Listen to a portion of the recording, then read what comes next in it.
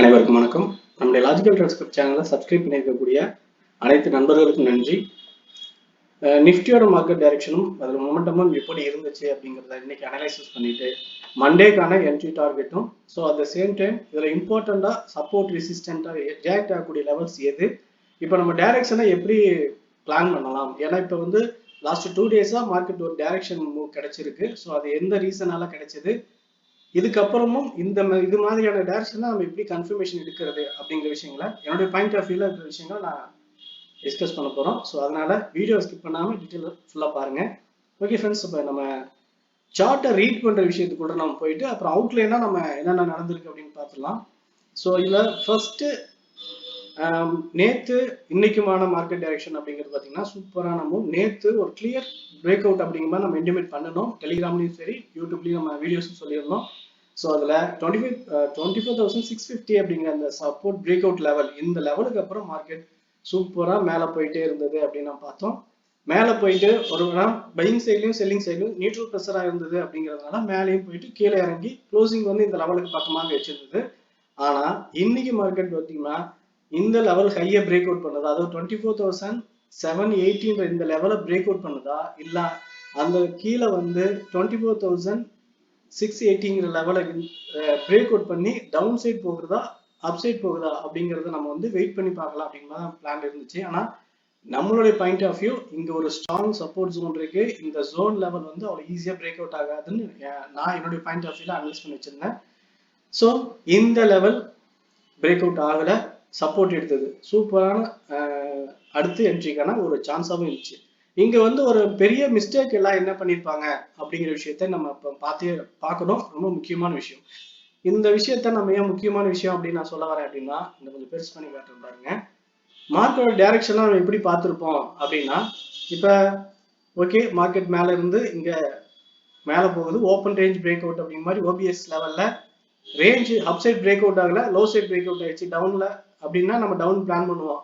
அப்படி பண்ணும்போது 24,618 அதாவது 700 லெவல்ல ஒரு ஜோன் இருக்கு அப்படிங்கிற மாதிரி நம்ம மைண்ட் பண்ணல அப்படின்னா, இங்க மார்க்கெட்டோட டைரக்ஷன் மேல கீழே மேல கீழே இப்படி ஏறிட்டே இருந்தப்ப நம்ம இங்க இருந்து கீழே இறங்குற டைரக்ஷன்லயே புல் பேக்கு அப்புறம் மறு டவுன்ல தான் போகும், மேல போக சான்ஸ் இல்லை அப்படின்ற மாதிரி நம்ம யோசிச்சிருப்போம்.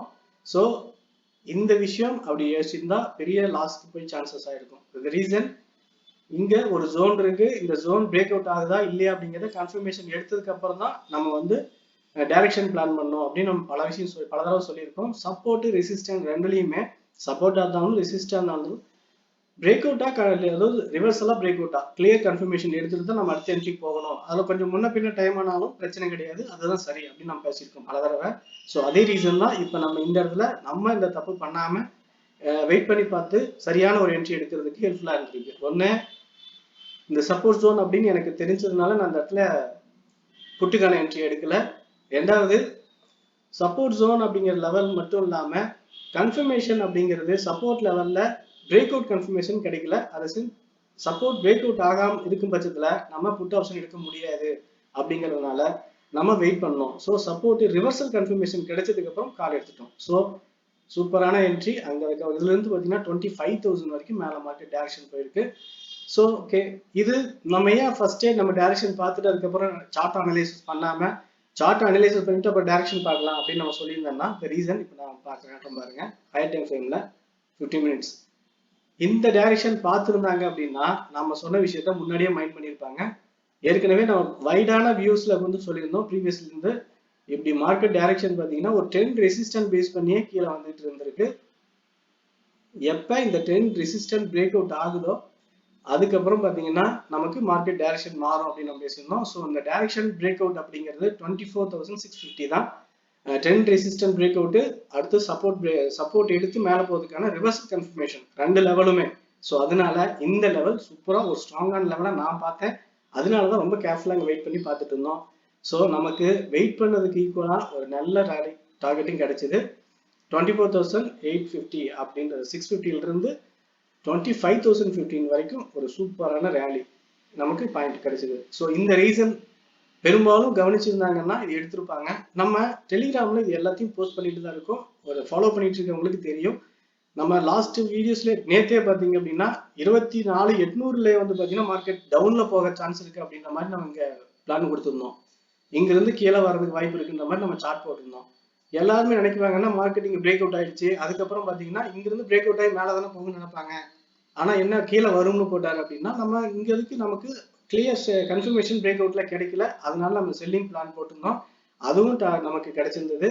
இன்னைக்கு பிரேக் அவுட் ஆகி கீழே டவுன்ல வர வரைக்கும் அப்சைட் பிரேக் அவுட் அப்படிங்கிறதும் பிளான்ல சூப்பரான டார்கெட் கிடைச்சி மேல போயிருக்கு. ஸோ இது எல்லாத்தையுமே நான் என்ன பாயிண்ட் ஆஃப் வியூல பாக்குற ஒரே விஷயம் தான், சப்போர்ட்டோ ரெசிஸ்டன்ட்டோ எது இடத்துல மார்க்கெட் போனாலும் அதுல நமக்குன்னு ஒரு கன்ஃபர்மேஷனுக்கான ஒரு ஐடியாலஜியை ஃபார்ம் பண்ணிக்கணும். ஒரு கேண்டில்ஸ்டிக் அனலைஸ் பண்ணதாலும் சரி, ஃபெப்போட ரீட்ரேஸ்மெண்ட் பார்த்தாலும் சரி, இல்ல ட்ரெண்ட் லைன் பிரேக் அவுட்டை நீங்க பார்த்தாலும் சரி, ஏதாவது ஒரு விஷயத்துல நம்ம கன்ஃபர்மேஷன் எடுத்து அதுக்கப்புறம் நீங்க என்ட்ரி எடுக்கிறதா சேஃப், சரியானது. இந்த விஷயத்த ஃபாலோ பண்ணுனனால தான் இங்க ஒரு நல்ல என்ட்ரி நம்மளால எடுக்க முடிஞ்சது. ஸோ இதுக்கப்புறமா என்ன நடக்கலாம் அப்படின்னா, இப்பயும் பாத்தீங்கன்னா டைரக்ஷனுக்கான ஹை அப்படிங்கிறது 25,050 தான். ஸோ ஓவரால் ஹை என்ற மாதிரி, அதாவது இந்த லோக்கான ஹை இந்த வரைக்கும் வந்துருச்சு. ஆனாலும் மறுபடியும் டைரக்ஷன் டவுனா அல்ல அப்சைடா அப்படிங்கிறதுக்கான கன்ஃபர்மேஷன் நம்ம எப்படி எடுக்கலாம் அப்படின்னா, கொஞ்சம் வைட் டைம் ஃப்ரேம்ல போய்க்கும். ஸோ அது ஆல் டைம் ஹையா நம்ம இதை எடுக்கிறப்ப all time high break out அப்படிங்கிறது பார்த்தீங்கன்னா ஒரு ஸ்ட்ராங் ரெசிஸ்டன்டோட இருக்கக்கூடிய விஷயம் அப்படிங்கிறதுனால இந்த பிரேக் அவுட்டுக்கு ஒரு ஸ்ட்ராங் சப்போர்ட் வேணும் அப்படிங்கிறது நான் பார்க்குறேன். ஸோ அப்படி பார்க்கணும்னா இங்க இருக்கிற இந்த பையர்ஸோடைய வேல்யூ பத்தாது. ஒன்று மார்க்கெட் கேப் அப்ல ஓப்பன் ஆனால் கீழே வந்துட்டு மறுபடியும் மேலே போகலாம், இல்லைன்னா கேப் டவுன்ல ஓப்பன் ஆகும் பட்சத்தில் அகைன் மார்க்கெட் டைரக்ஷன் இந்த சப்போர்ட் லெவல், அதாவது இங்க இருக்கக்கூடிய பையருடைய ஸ்ட்ரென்த் பத்தாம எங்க ஸ்ட்ராங்கான பையர்ஸ் இருக்காங்கன்னா மறுபடியும் 24,780 அல்லது 700 இந்த லெவல்ல தான்.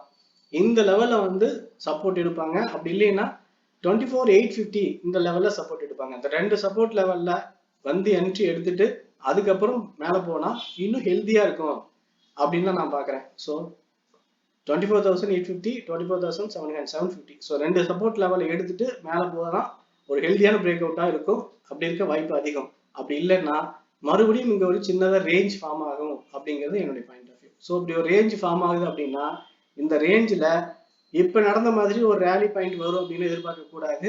ரேஞ்சிலையும் ரெசிஸ்டன்ட் பிரேக் அவுட் ஆகுதா ரிவர்சல் ஆகுதா அப்படிங்கிறத பார்த்துட்டு நமக்கான பிளானை வச்சுக்கலாம். அது எப்படி இருக்கு அப்படிங்கிறத நான் என்னுடைய பாயிண்ட் ஆஃப் வியூல இருக்கக்கூடிய டீட்டெயில்ஸ் அனலைஸ் பண்ணி உங்களுக்கு டெலிகிராம்ல போஸ்ட் பண்றேன், பார்த்து கன்ஃபார்ம் பண்ணி என்ட்ரி எடுத்துக்கோங்க. ஓகே ஃப்ரெண்ட்ஸ், நிஃப்டியை பொறுத்த வரைக்கும் என்னுடைய பாயிண்ட் ஆஃப் வியூல ஒரு டீட்டெயில்ஸை ஷேர் பண்ணிருக்கதான் நான் நம்புறேன். இந்த வீடியோ பிடிச்சிருந்தா லைக் பண்ணுங்க, உங்க ஃப்ரெண்ட்ஸ் சர்க்கிள் ஷேர் பண்ணி சப்போர்ட் பண்ணுங்க. உங்க ஒப்பீனியன் எதுவும் இருந்தாலும் கமெண்ட்ல சொல்லுங்க. ஓகே ஃப்ரெண்ட்ஸ், தேங்க்யூ ஃபார் வாட்சிங்.